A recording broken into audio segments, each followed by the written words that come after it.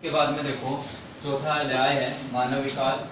और मानव विकास से human development इसकी परिभाषा होती है मानव की आकांक्षा, अभिरुचि और अभिलाषा में वृद्धि करना ही क्या कहलाता है, मानव विकास से कहलाता है। इसका मतलब ये हुआ कि मानव को जितने संसाधनों की आवश्यकता होती है ना, जितने अवसरों की आवश्यकता होती है, जितनी उसकी इच्छा होती है, अभिलाषा होती है, आकांक्षा होती है, उनमें यदि वृद्धि की जाए तो वो ही क्या कहलाता है, मानव विकास से कहलाता है। ह्यूमन डेवलपमेंट के नाम से उसको क्या किया जाता है, जाना जाता है। यानी मानव विकास एक ऐसी एक धारणा है, एक ऐसी प्रक्रिया होती है जिसके अंतर्गत मनुष्य को अवसरों में वृद्धि की जाती है। उसके अवसरों में वृद्धि करने का अर्थ यह है कि मनुष्य को जितनी मात्रा में संसाधनों की आवश्यकता है उतनी मात्रा में उनके संसाधनों उसको क्या हो सके, प्राप्त हो सके, तब मनुष्य क्या कर सकता है, विकास कर सकता है।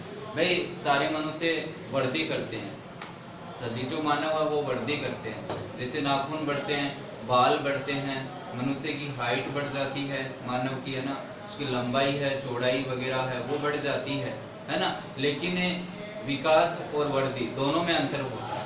विकास ऐसी प्रक्रिया होती है, विकास उसको समझते उसकी आवश्यकताओं की क्या हो, पूर्ति, प्रति व्यक्ति आय में उसके वृद्धि हो, शिक्षा में वृद्धि हो, सामाजिकता में वृद्धि हो, आध्यात्मिकता में वृद्धि हो और शारीरिकता में वृद्धि हो। ये जो प्रक्रिया होती है वो क्या कहलाती है, विकास से कहलाती है। यदि मनुष्य को अवसरों में वृद्धि करने का मतलब है कि उसको जितनी मात्रा में संसाधनों की आवश्यकता है, जितने मात्रा में उसे साधनों की आवश्यकता है अपने जीवन यापन करने के लिए, यदि उनमें वृद्धि कर दी जाए तो उसके जीवन में क्या किया जा सकता है, सुधार किया जा सकता है। भाई यदि उसको पर्याप्त संसाधन प्राप्त होंगे तो उसका जीवन स्तर कैसा होगा, उच्च होगा।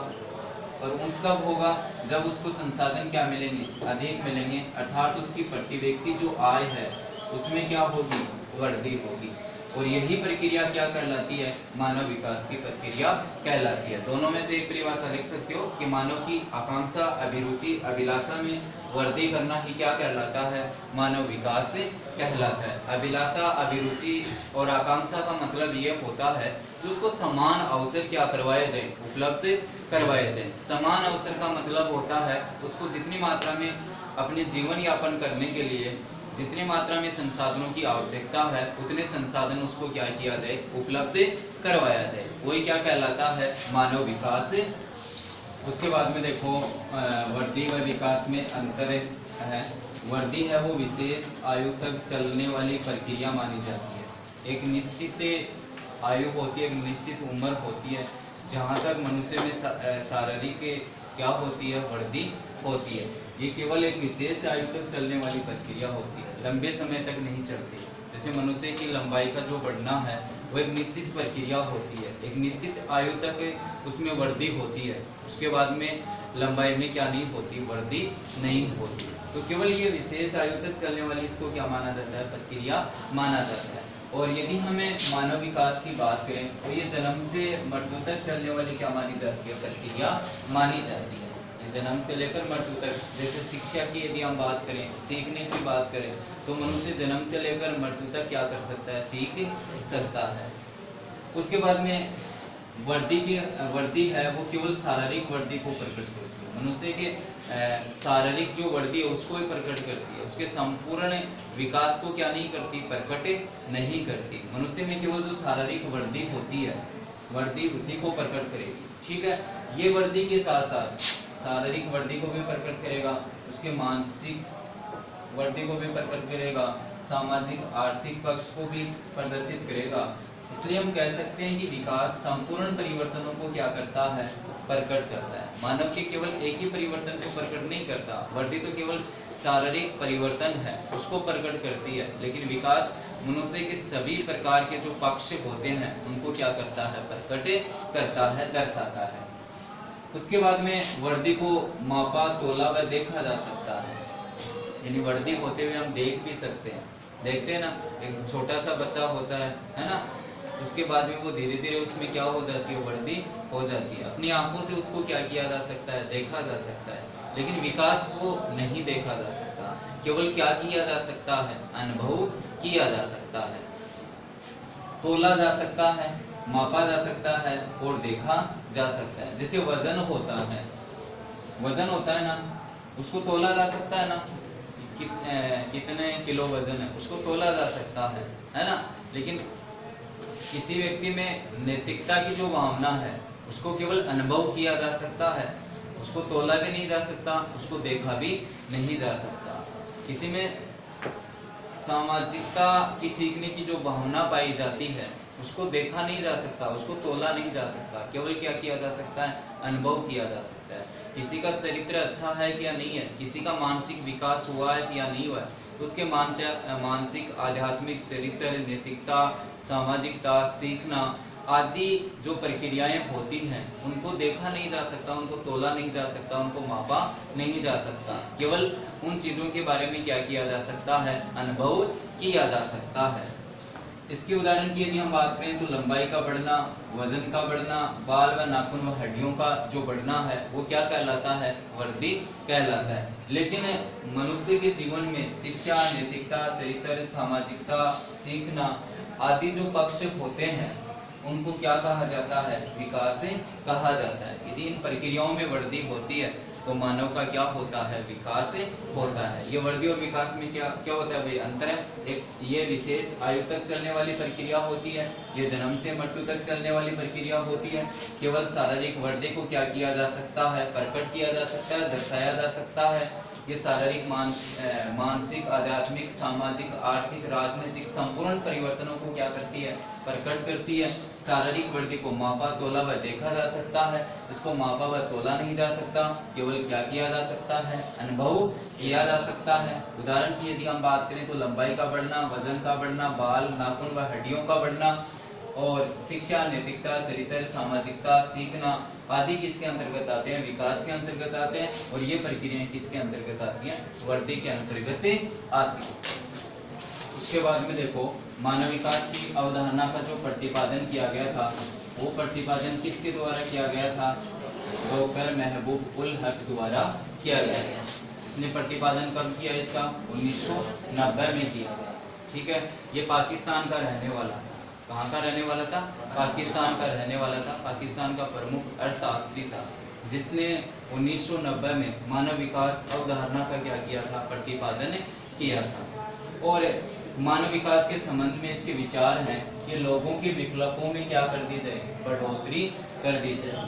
अब विकल्प ये नहीं है कि भाई विकल्प या अवसर का अर्थ ये होता है कि मनुष्य को सार्थक जीवन जीने के लिए, व्यतीत करने के लिए, मनुष्य को स्वस्थ और दीर्घायु रहने के लिए जिन संसाधनों की आवश्यकता होती है वो संसाधन मनुष्य को क्या होने चाहिए, उपलब्ध होने चाहिए, तभी मनुष्य क्या जीवन कर सकता है, सार्थक व्यतीत कर सकता है। जैसे मान लो मैं एक उदाहरण दूं, एक श्याम है, ठीक है, और एक राम है, ठीक है। इसने 12वीं क्लास की पढ़ाई कंप्लीट की है ना, और इससे पूछा गया कि भाई तू आगे क्या कार्य करेगा, है ना। तो इसने कहा कि मैं आगे जाके क्या करूँगा, कॉलेज करूँगा, ठीक है। जैसे राम ने 12वीं कर ली, उसके बाद में इसको पूछा गया तू 12वीं करने के बाद में क्या करेगा, मैं कुछ कार्य नहीं करूँगा, कॉलेज में नहीं जाऊँगा। तो ये बताओ इन दोनों में सार्थक जीवन किसका है, श्याम का, क्योंकि उसके पास में और ज्यादा विकल्पों में क्या होगी, बढ़ोतरी होगी। यदि और ज्यादा विकल्पों में बढ़ोतरी होगी तो उसका जीवन कैसा होगा, सार्थक होगा, यानी वो क्या कर सकता है, विकास कर सकता है, उसका डेवलपमेंट होगा, वो विकास करेगा, है ना। लेकिन ये क्या नहीं कर सकेगा, विकास नहीं कर पाएगा। तो इसने कहा है कि लोगों को विकल्पों में यदि वृद्धि कर दी जाए, यानी लोगों को संसाधन यदि पर्याप्त मात्रा में उपलब्ध कर दी जाए, करवा दिया जाए, तो लोग दीर्घायु हो सकते हैं, स्वस्थ जीवन क्या कर सकते हैं, व्यतीत कर सकते हैं, और विकास की सभी प्रकार की प्रक्रियाओं को क्या कर सकते हैं, हासिल कर सकते हैं। आत्म सम्मान के साथ वो दृढ़ और स्वस्थ जीवन क्या कर सकते हैं, जी सकते हैं। उसको ही क्या कहा जाता है, मानव विकास से कहा जाता है। प्रोफेसर अमर्त्य सेन भारत का रहने वाला था, भारत का प्रमुख अर्थशास्त्री था। उसने कहा कि मानव विकास का मुख्य उद्देश्य है स्वतंत्रता में क्या करना, वृद्धि करना, तथा परतंत्रता में क्या करना, कमी करने से। अब ये नहीं है कि उसको लड़ाई झगड़े करने की स्वतंत्रता दे दी जाए, इसे ये मतलब नहीं है। इसका भी यही मतलब है कि मनुष्य को संसाधनों में पर्याप्त उनकी क्या होनी चाहिए, भागीदारी होनी चाहिए, यानी समता सतत पोषणीयता के आधार पर, है ना, समता के आधार पर, यानी जाति धर्म आदि के आधार पर भेदभाव नहीं किया जाए, है ना। ये तो भाई आदि के आधार पर यदि भेदभाव किया जाएगा तो भी ये एक प्रकार की क्या होती है, स्वतंत्रता होती है ना। और उस स्वतंत्रता में क्या नहीं कर सकता मनुष्य, विकास नहीं कर सकता।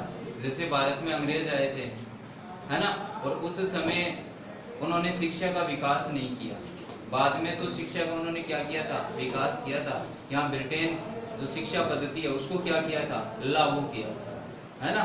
लेकिन यहाँ शिक्षा का विकास नहीं होने के कारण मानव को जो शिक्षा के विकल्प हैं वो क्या नहीं हो पाए थे, उपलब्ध हो नहीं पाए थे, है ना। जब अंग्रेजों ने यहाँ अंग्रेजी शिक्षा देनी प्रारंभ कर दी, हमारे लोग पढ़ने लिखने लगे, तो वो अपने अधिकार जानने लगे, है ना। और अधिकार जानने के कारण वो स्वतंत्र अपने विकल्पों का चयन करने के लिए उन्होंने क्या कर दिया, अंग्रेजों के खिलाफ विद्रोह कर दिया, है ना।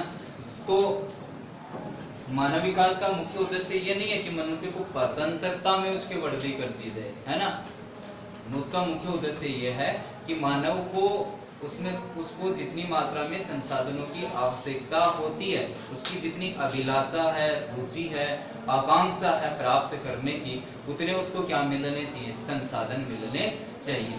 तब मनुष्य का क्या हो सकता है, विकास हो सकता है। भाई ये कैंसर का रोगी है ना, यदि उसको दवाइयाँ उपलब्ध नहीं करवाई जाए, स्वास्थ्य संबंधी सुविधाएं उपलब्ध नहीं करवाई जाए, तो उसका क्या नहीं है, विकास नहीं है, उसका सार्थक जीवन नहीं है। यदि उसको दवाइयाँ उपलब्ध करवा दी जाए तो वो उससे क्या हो सकता है, स्वस्थ हो सकता है, और उसका निश्चित रूप से क्या होगा, विकास होगा। क्योंकि विकास वह प्रक्रिया है जो जन्म से लेकर कहाँ तक चलती है, मृत्यु तक चलती है।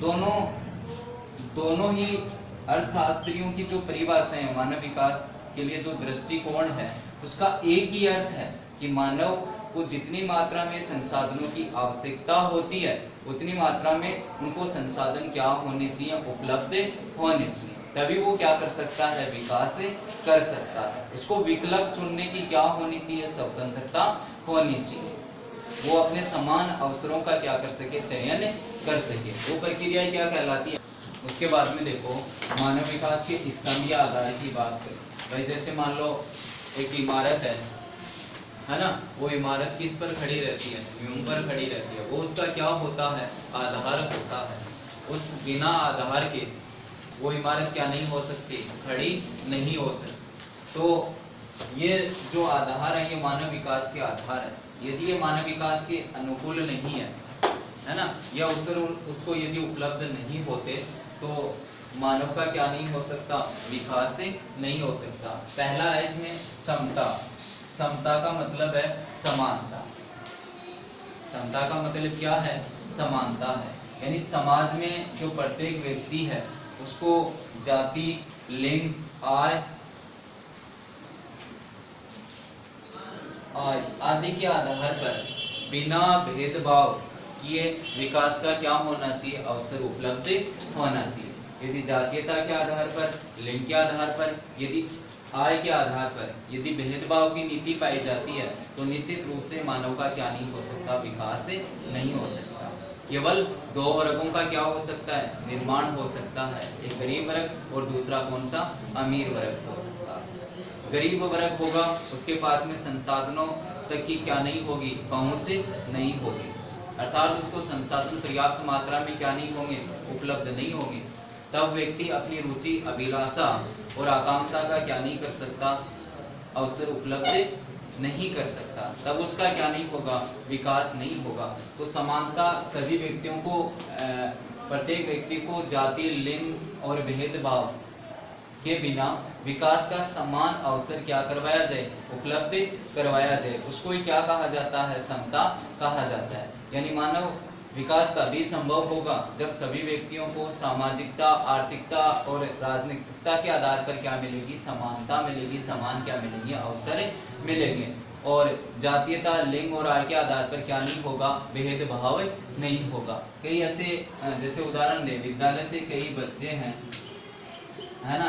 कई जनजातियां हैं, ऐसी जनजातियां जो पिछड़ी हुई जनजातियां हैं, बच्चे हैं, बालिकाएं हैं, वो विद्यालय शिक्षा से क्या रहती हैं, दूर रहती हैं। उसका मुख्य कारण क्या हो सकता है? ऐसी जो घटनाएं होती हैं, उन घटनाओं के पीछे सामाजिक, राजनीतिक, आर्थिक कारण क्या माने जाते हैं, जिम्मेदार माने जाते हैं। पर्याप्त मात्रा में जो व्यक्ति हैं वो विद्यालय से क्या रहते हैं, दूर रहते हैं, वो क्या नहीं कर पाते हैं, शिक्षा प्राप्त नहीं कर पाते हैं, अर्थात उनकी शिक्षा तक क्या नहीं होती, पहुंच नहीं होती। इसलिए जीवन में आगे वो संसाधन क्या नहीं कर पाते हैं, उपलब्ध नहीं कर पाते हैं। उसके बाद में है सतत पोषणीय। सतत का मतलब होता है लगातार, पोषणीयता, है ना, अवसरों की उपलब्धि में निरंतरता से है। यानी मनुष्य को समान क्या उपलब्ध होने चाहिए, अवसर उपलब्ध होने चाहिए। यानी विकास की जो भावना है, विकास की जो प्रक्रिया है, वो सतत पोषणीयता की भावना पर क्या करती है, निर्भर करती है। यानी हमारे पास में जो संसाधन है, उन संसाधनों का उपयोग हम इस तरह से उनका उपयोग करें कि आने वाली जो भावी पीढ़ी है उसको भी वो क्या हो सके, प्राप्त हो सके। जैसे हम बात करें जल संसाधन की, अब जल जो संसाधन है वो क्या है, सीमित मात्रा में उपलब्ध है।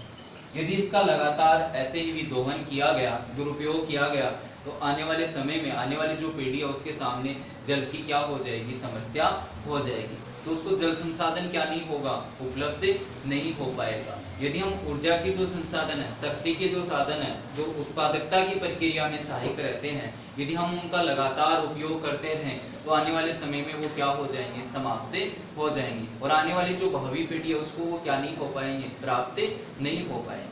यदि एक भी संसाधन में कमी आती है तो हमारा पारिस्थितिकी जो तंत्र है उसमें असंतुलन की स्थिति क्या हो जाती है, पैदा हो जाती है।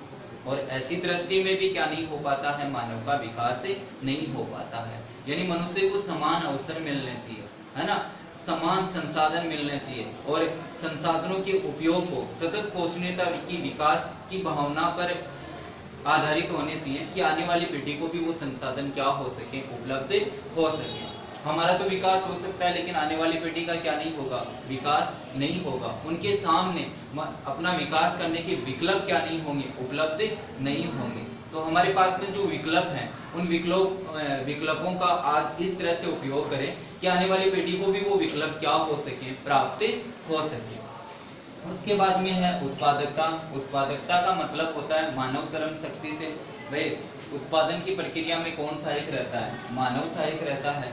उत्पादकता वही करता है, संसाधनों को बनाता है, उनका निर्माण करता है। कौन करता है, मनुष्य करता है। तो उसके पास में तकनीकी जो ज्ञान है, कुशलता है, उसमें उसको युक्त बनाया जाए, जिससे क्या किया जा सकता है, भाई मनुष्य को किसी वस्तु बनाने का जो ज्ञान होगा वो ज्ञान दी जाए, उसको तकनीकी, उसका प्रौद्योगिकी विकास करे, जिससे आने वाले जो समय है उसमें वो क्या कर सकता है, व्यक्ति अधिक समय में क्या कर सकता है, अधिक कार्य कर सकता है। भाई प्राचीन कालीन समय में मनुष्य के सामने समस्या थी कि उसके पास में तकनीकी और प्रौद्योगिकी का क्या पाया जाता था, अभाव पाया जाता था। इसलिए उसको कार्य करने में अधिक क्या लगता था, समय लगता था।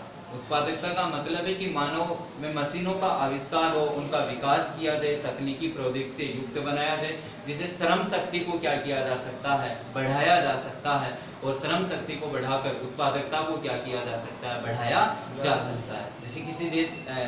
जिससे देश का क्या होगा, विकास होगा। श्रम शक्ति बढ़ेगी, उत्पादकता बढ़ेगी, तो आर्थिक दृष्टि से वो देश क्या होगा, विकसित होगा।